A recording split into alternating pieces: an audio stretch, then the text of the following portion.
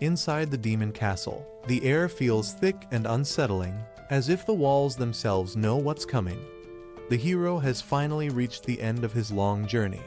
Waiting for him is the Dark Lord, the last and strongest enemy. Instead of striking first, the Dark Lord greets the hero almost politely, praising him for defeating every challenger and making it this far. Then he rises to his full height, towering over the hero and his companions, and declares that he will reward them by ending their lives himself. The hero stands firm. He says he won't give up because the bond he shares with his friends gives him strength. His party rallies at his side, ready to face evil together. The Dark Lord only smirks, questioning whether their bond will mean anything against his power. In moments, he proves his point, overwhelming the group with little effort. Soon he seizes the battered hero in one massive hand, mocking him for believing in friendship and calling it a foolish weakness. With a cruel squeeze, he crushes the hero, his blood spilling as the Dark Lord announces that his conquest will continue. Chaos and destruction follow in the wake of his victory. But just as the Dark Lord begins to revel in his triumph, one of his servants rushes into the throne room with startling news. The hero has appeared at the castle once again. The Dark Lord laughs at his servant's words, pointing to the ground only a short distance away. "The hero is right here," he says, and there it is, a broken skeleton lying where the hero once stood. His body is gone, his equipment missing.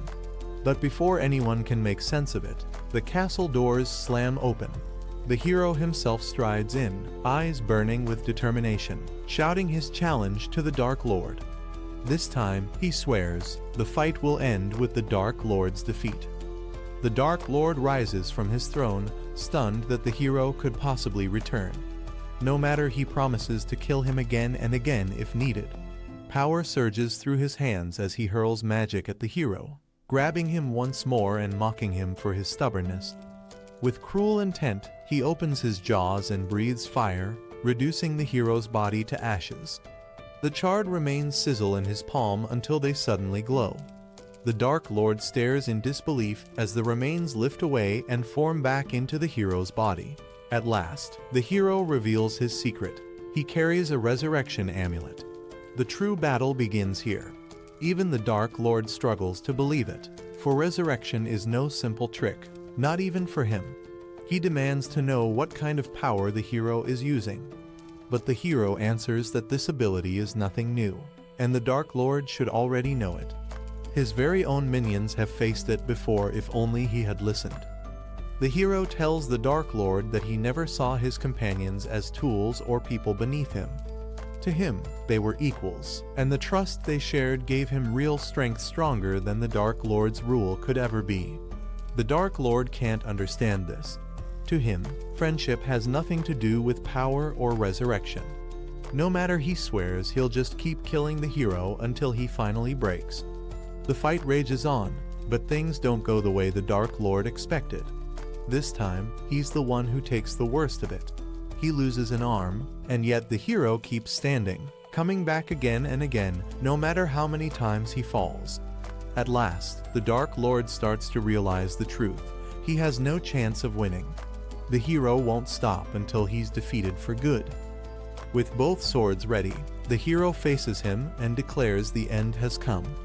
The Dark Lord lunges, but the hero is faster, slicing off his arm in one strike. In desperation, the Dark Lord tries to escape into the sky, but the hero pins him down with a stab and then cuts away his wings. Crashing to the ground, the Dark Lord struggles to rise, insisting he can still fight, but his body gives out, and he falls forward in the dirt. Crawling and bleeding, he tries to drag himself away, refusing to die here. But the hero doesn't let him flee. With the final blow, the battle ends, and the Dark Lord's rule came to an end. After some time, the hero went back to the royal capital. There, he was praised and rewarded for defeating the Dark Lord. His story was told again and again, passed down through the years so people would never forget his bravery. The end. Or maybe not. At least, not for the Dark Lord. He suddenly wakes up with a scream, afraid that his story might really be over. But things are different now. He's no longer in his strong, terrifying form. Instead, he looks smaller and weaker. The only reason he's alive is because he placed part of his soul in something called the soul bank. Without that, he would have vanished forever. Getting to his feet, he sees that he's standing in a wide open field. He walks to a river and looks into the water to check his reflection. Just as he thought, this body is only temporary. Still, he feels a bit upset because all of the treasures he worked so hard to gather have turned to dust. While thinking about his next move, something strange happens. A bit of his soul slips out of his mouth.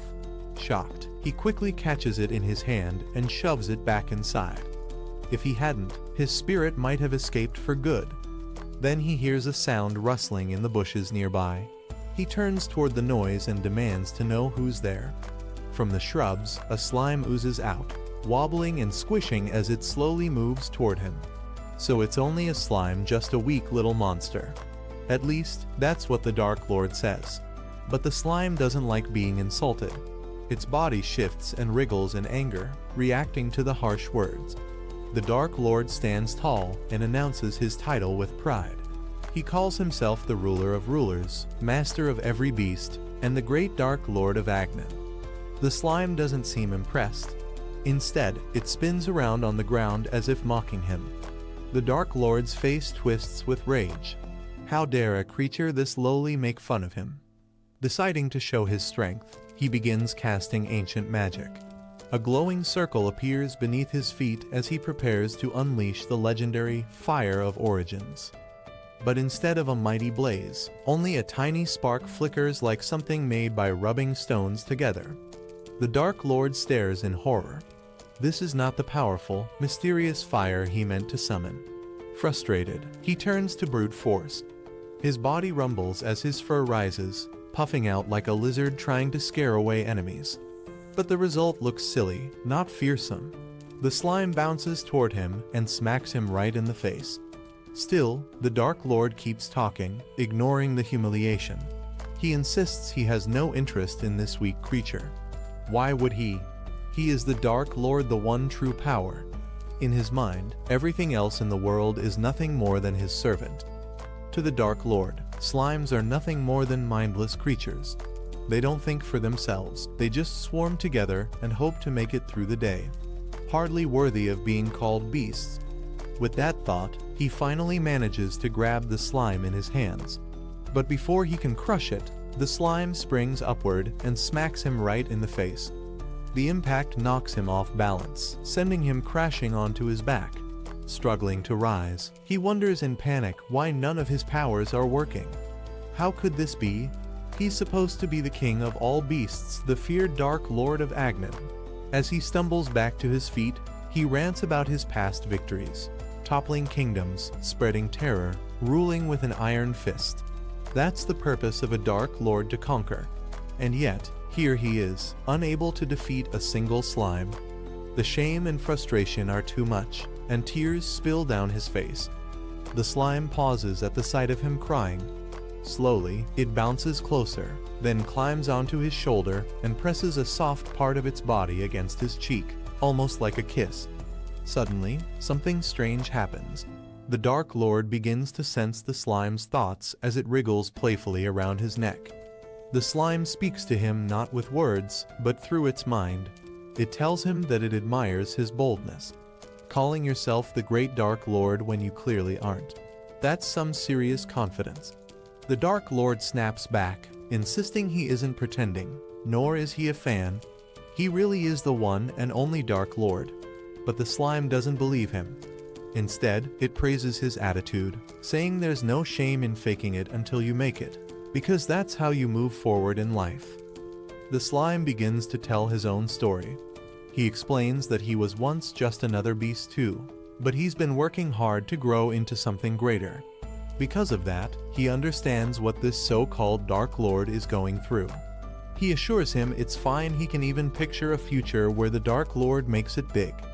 The Dark Lord interrupts, insisting again that he isn't pretending, he truly is the Dark Lord. The slime doesn't seem bothered. Since they already clashed, he declares that makes them friends now. To prove it, He plops himself right on top of the Dark Lord's head. The Dark Lord scowls, but the slime doesn't move. To celebrate their friendship, the slime decides to cheer him up with a little surprise. He points out the river nearby, called Tobrabai. At night it glows with magic, he explains, and maybe a dip could help restore the Dark Lord's weakened powers. But before the slime can finish talking, tiny sparks of light fill the air. The Dark Lord has already pulled out his staff and begun drawing in the river's magic, grinning with satisfaction. The water glows as he absorbs it all, until the riverbed is left completely dry.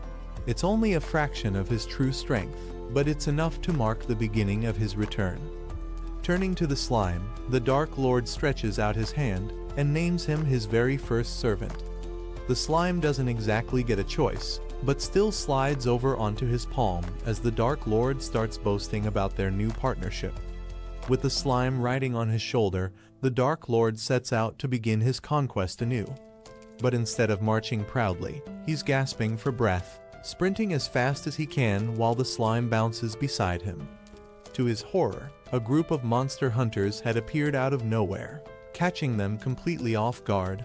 These hunters look like armored knights, and the moment they spotted the Dark Lord, they attacked without hesitation. Their calmness, even in the face of danger, unsettles him. Humans can be terrifying when they show no fear. The slime crawls back up onto his head and offers a warning. If the Dark Lord keeps pushing himself while relying only on magic, even running could drain him dry. His energy won't last. At best, he has half an hour before he's completely empty. The slime tries to cheer him on, telling him not to burn out, but the Dark Lord knows the creature is right. He skids to a stop, slamming his staff against the ground. Enough running. Even weakened, he refuses to be underestimated. He raises his staff, declaring his true power, and casts a chaos spell. The staff stretches into twisting branches that lash out toward the hunters. But the humans aren't unprepared. One of them pulls a small slip of paper from his pocket and shouts, "Scroll spell!" The paper glows bright, and the instant the Dark Lord's magic touches it, an explosion rips through the air. The Dark Lord stood frozen, shocked by what he saw. His strongest spell had gone off, but the humans weren't even scratched.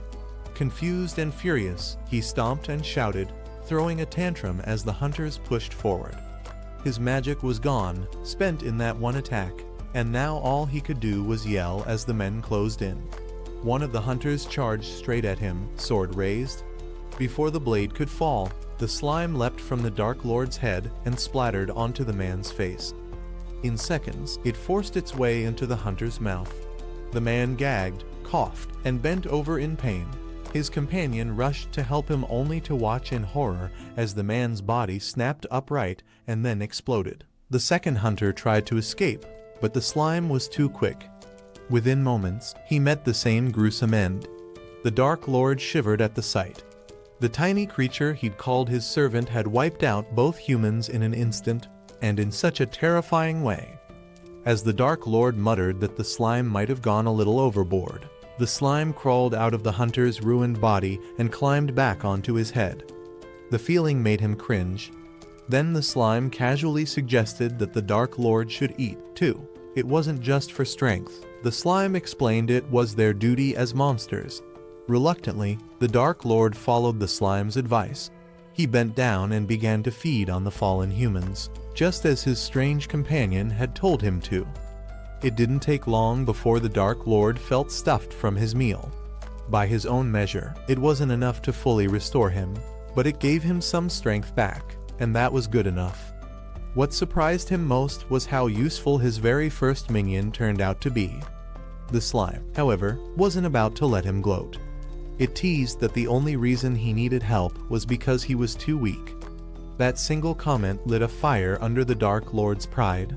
He puffed himself up, bragging that the slime couldn't begin to understand his true strength. If it ever saw him in his real form, it would be trembling in fear. Still, even he had to admit this weakness was a problem. If nothing changed, the two of them wouldn't survive for long. When the question of what to do next came up, the slime suggested a simple plan: disguise himself as a human.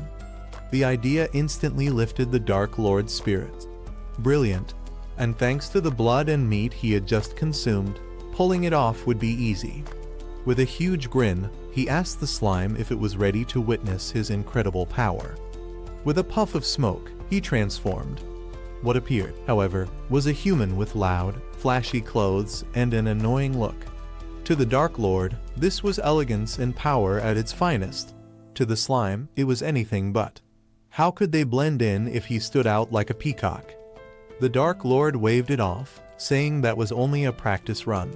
He snapped his fingers and showed off another perfect form, this time appearing as a younger version of She-Man, wearing skimpy clothes. The slime tilted its head and asked dryly, "Do humans really dress like that, or are you just a perv?" The Dark Lord argued back, saying most human women dressed like that anyway. The slime clearly didn't believe him. So, the Dark Lord tried again, changing shape into a flat-looking plumber. Still wrong. Next, he turned into a furry beast.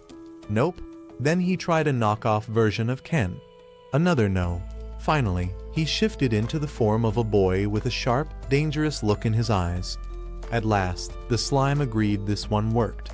To complete the disguise, the Dark Lord picked out a ragged cloak, making himself look like a poor orphan child.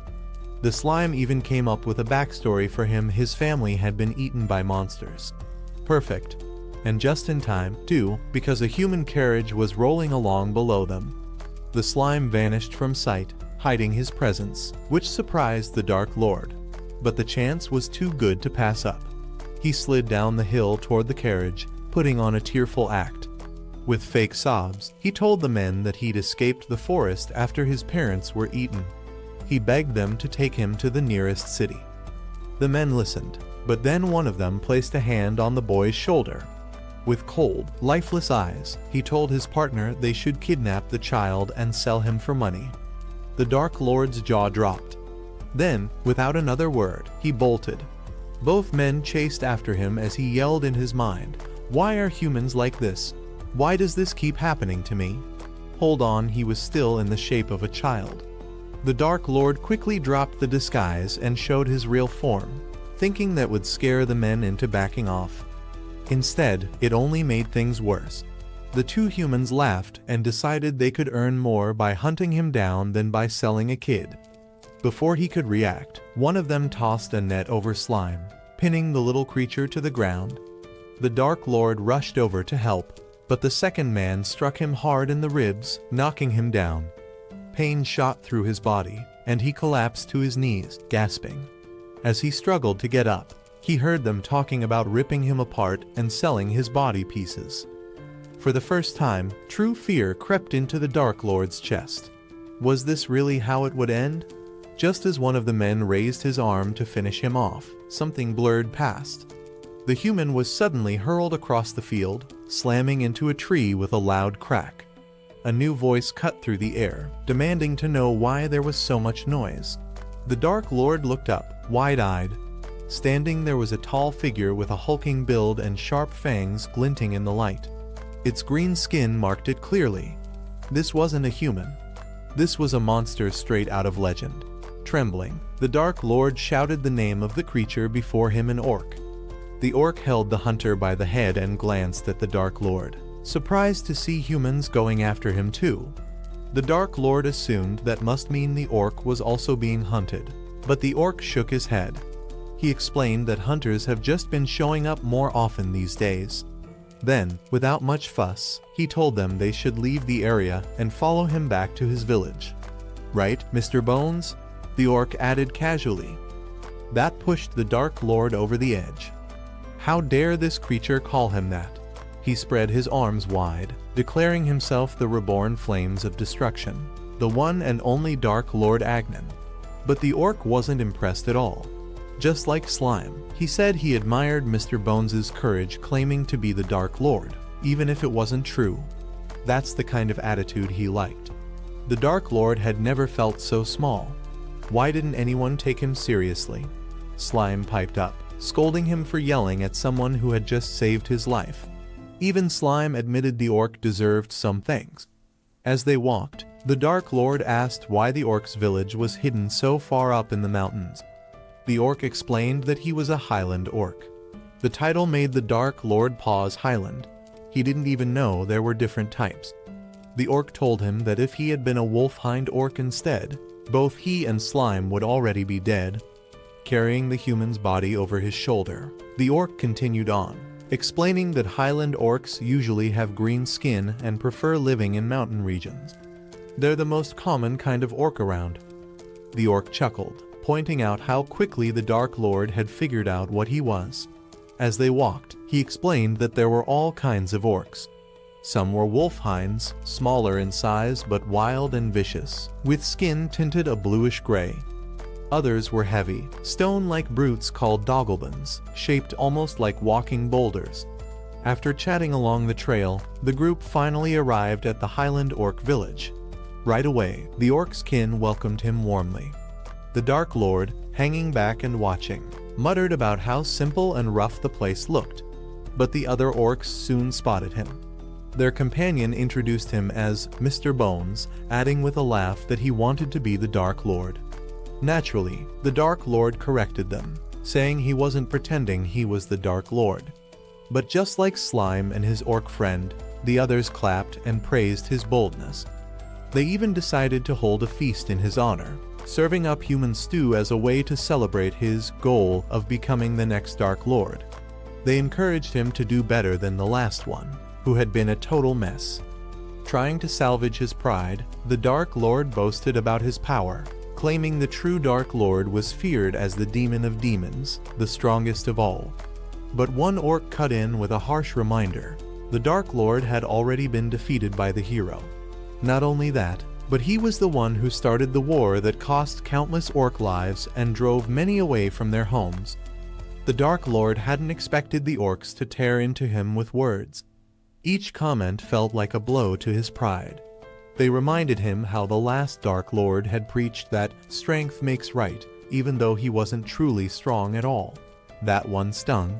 Then came another jab. The old Dark Lord ruled without real leadership, hiding behind something they called a golden liberal system. How did these mountain orcs even know this stuff? Mr. Bones tried to argue back, insisting the last Dark Lord was just a liberal type, but nobody cared to listen.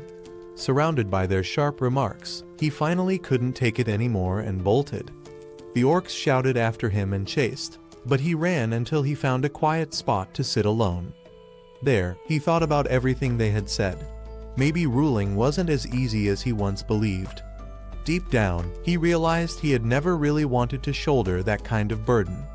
Instead, he kept running from his problems. If he fought and won, that was proof of his power. If he fought and lost, well, at least it would be remembered. For as long as he could recall, he had stacked up victory after victory, each one feeding his pride while shutting up his enemies. He believed winners never had to explain themselves after all. Winners are the ones who write history.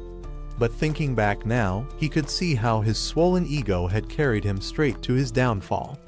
Look at him now, once feared as the Dark Lord, and after losing to the hero, he's stuck getting scolded by orcs. It made him start to wonder, what does it really mean to be a ruler, and what does he even want? But before he could think too deeply, another orc showed up, shouting that the stew was ready. His loud voice cut over whatever Slime was mumbling. The Dark Lord asked Slime if he had just said something, but Slime yawned and claimed he'd been napping. Then the orc handed the Dark Lord a bowl, only it wasn't stew, it was a skull. Confused, he asked why, and the orc cheerfully said, "Well, more bones for Mr. Bones." That nickname grated on him again, but he still started chewing on the skull while the orc happily ate beside him. Slime also got a portion and slurped it down in no time. As they ate, the orc noticed how gloomy the Dark Lord looked and asked what was bothering him. Between bites, the Dark Lord admitted he'd been thinking about what it really means to be the Dark Lord, and how it wasn't as simple as he once believed.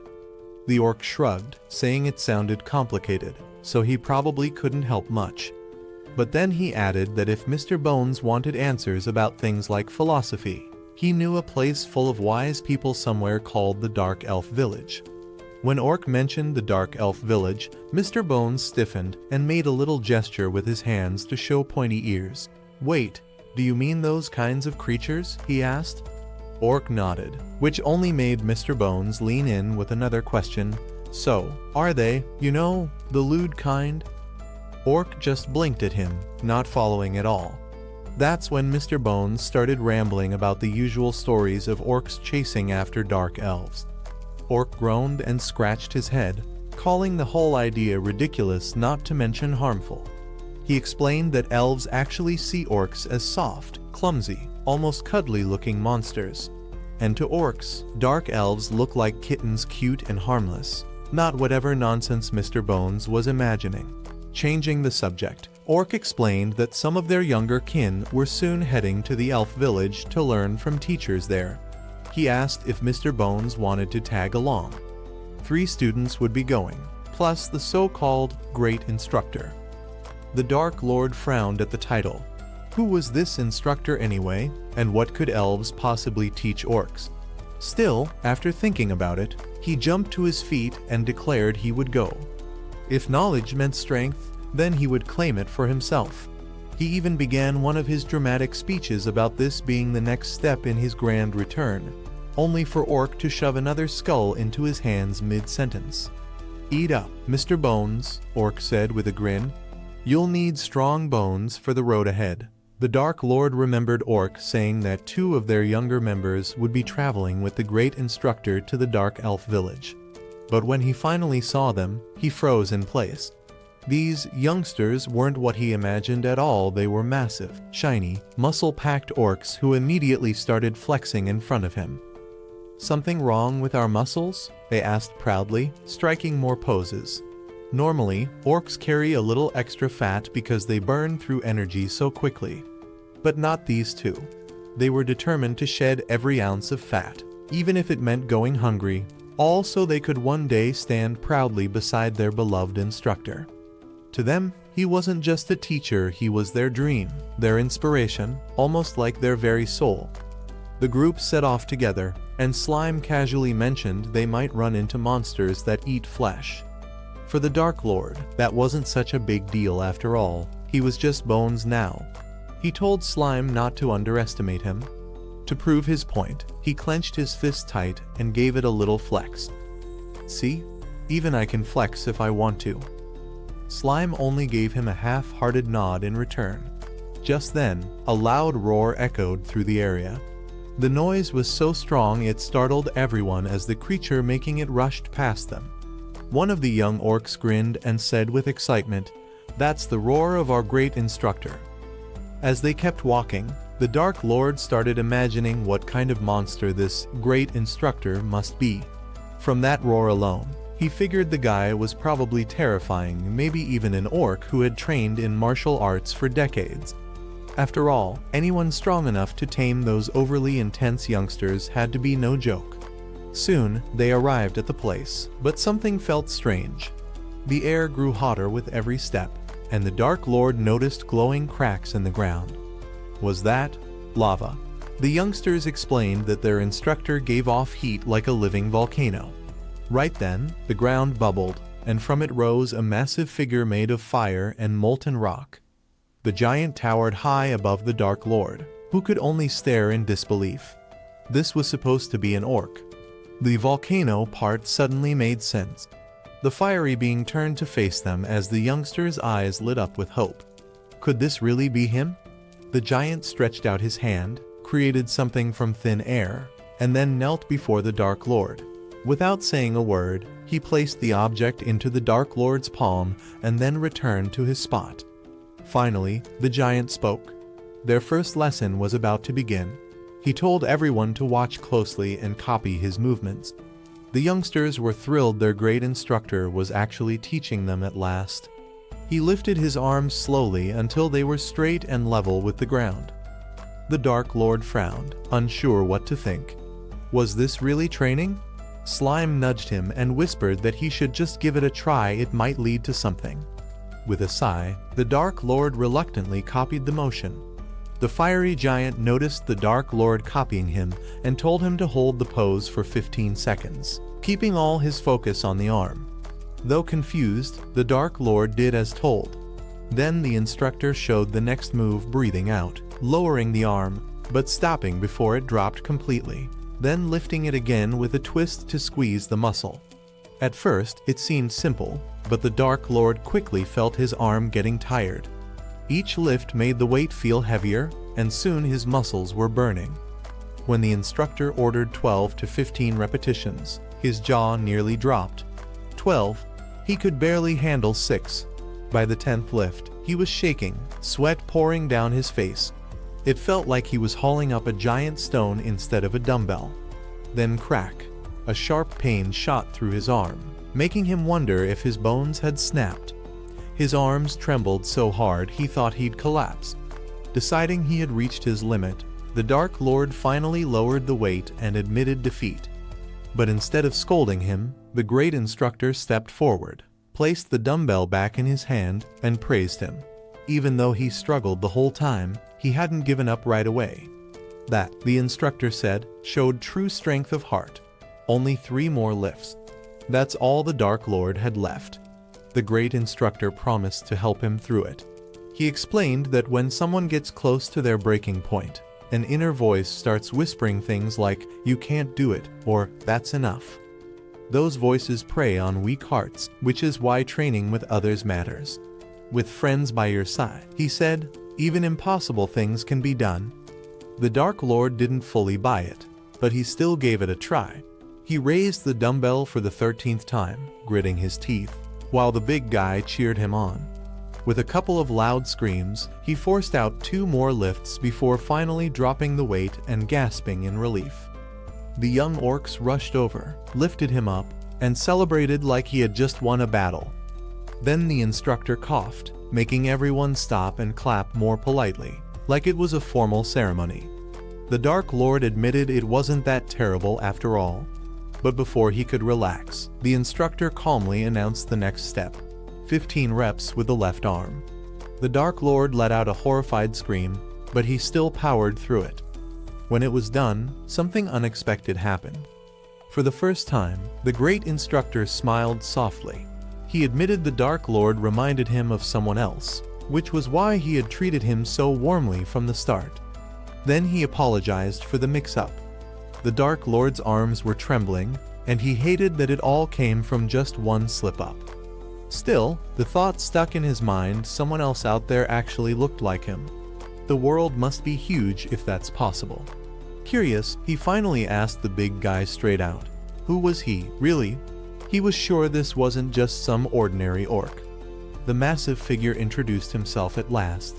He listed title after title: the Ancient Flame, Alfidum's Rebirth, Ishkaranoa's Bullet, the Keeper of Hellfire, the Emperor of Purgatory, Ifritet, but said his favorite name was simply Hellfire. He asked the Dark Lord to call him that. Before the Dark Lord could react, the young orcs pointed out something strange. Their instructor's body was cracking, steam and heat spilling from the breaks in his skin. Hellfire turned his back, muttering that his body had gone cold. He stepped into the lava nearby, opened his mouth wide, and drank the molten fire like water. The orcs explained that their teacher puts everything into training his body, and when his muscles run low, even his words start breaking apart. From across the lava pool, one of them shouted that they were heading to the Dark Elf village and told Hellfire to prepare. He nodded lazily, still soaking in the fire. The Dark Lord couldn't help but wonder aloud if the guy's body and brain were fried. The orcs ignored him, bragging about how Hellfire's body was the true, ideal male form. But in the Dark Lord's eyes, this wasn't just a muscle head. With names like Hellfire and Ifrit, there was no mistaking it. This was a top-tier fire spirit. That only raised another question. Why would such a powerful being waste his time training with simple orcs? Then again, the Dark Lord had to admit, even he couldn't really tell where the line between high-class and low-class creatures was drawn. Slime finally spoke up, reminding the Dark Lord that being able to lift big weights doesn't make someone better than others. Hellfire was strong in that one way, sure, but everyone has their own talent. No need to get stuck comparing. The Dark Lord nodded, and they moved on while the 3 orcs behind them kept flexing like they were in a contest. To cheer him up, Slime pointed out that those guys were built for muscle, but that didn't mean the Dark Lord had to match them. His role was different. He was supposed to bring fear. Just then, the Dark Lord felt something cold brush against him. A shadowy hand reached out, tugged lightly, and vanished before he could react. He spun around in shock. What was that? Slime blinked, saying he hadn't sensed anything at all. Maybe it was ash? But the Dark Lord doubted it. After scanning the area one last time, he reluctantly followed the group. Their path led toward the Dark Elf village. The 2 young orcs were grinning with excitement. Hellfire had a wide smile, and the Dark Lord was gasping for air. He was falling behind, chest on fire, while everyone else sprinted like it was nothing. Even Slime had sprouted arms and legs and was keeping pace. No, actually, he was drifting across the ground. The Dark Lord shouted that slimes weren't supposed to drift, but Slime shot back, asking what he even knew about slime kind. And just when the Dark Lord thought he couldn't go another step, Hellfire suddenly appeared beside him, yodeling with joy. He told him to keep pushing, to use his burning muscles, because that fire inside was where real strength was born. Hellfire leaned in way too close, talking non-stop about how muscles work during training, the benefits of pushing limits, and all sorts of technical stuff. The Dark Lord, however, could only think about how uncomfortably near this giant's face was to his own. To finish his lecture, Hellfire boomed that real strength only comes from balance. The Dark Lord muttered that this was a bit too much balance for his liking. Just then, one of the younger orcs shouted that they could already see the village. Taking that as a cue, Hellfire and the Dark Lord sprinted the last stretch. Sure enough, a settlement stood before them, the Dark Elf village. From a guardhouse stepped a young Dark Elf girl who smiled brightly and welcomed them to Arhat village. All around, sweat dripped and voices roared as Hellfire shouted encouragement to the elves training there. He commanded them to keep pushing, to give everything they had. The Dark Lord watched, puzzled. Weren't elves supposed to be slim, graceful, and refined? These ones looked wild, indulgent, almost excessive. Feeling a bit disappointed, he turned to the elf girl and asked if she'd show him around instead. She agreed right away, even offering him a tour. She explained that they were currently in the village's underground hall, which doubled as a shared space and marketplace. That's where most of the activity took place. The Dark Lord blinked. If they were underground, why was it so bright? With a knowing smile, the girl reached into her clothes and pulled out a folded piece of cloth. The girl raised the cloth high, and to the Dark Lord's surprise, it floated out of her hand and turned into a glowing lantern. Pretty neat, right?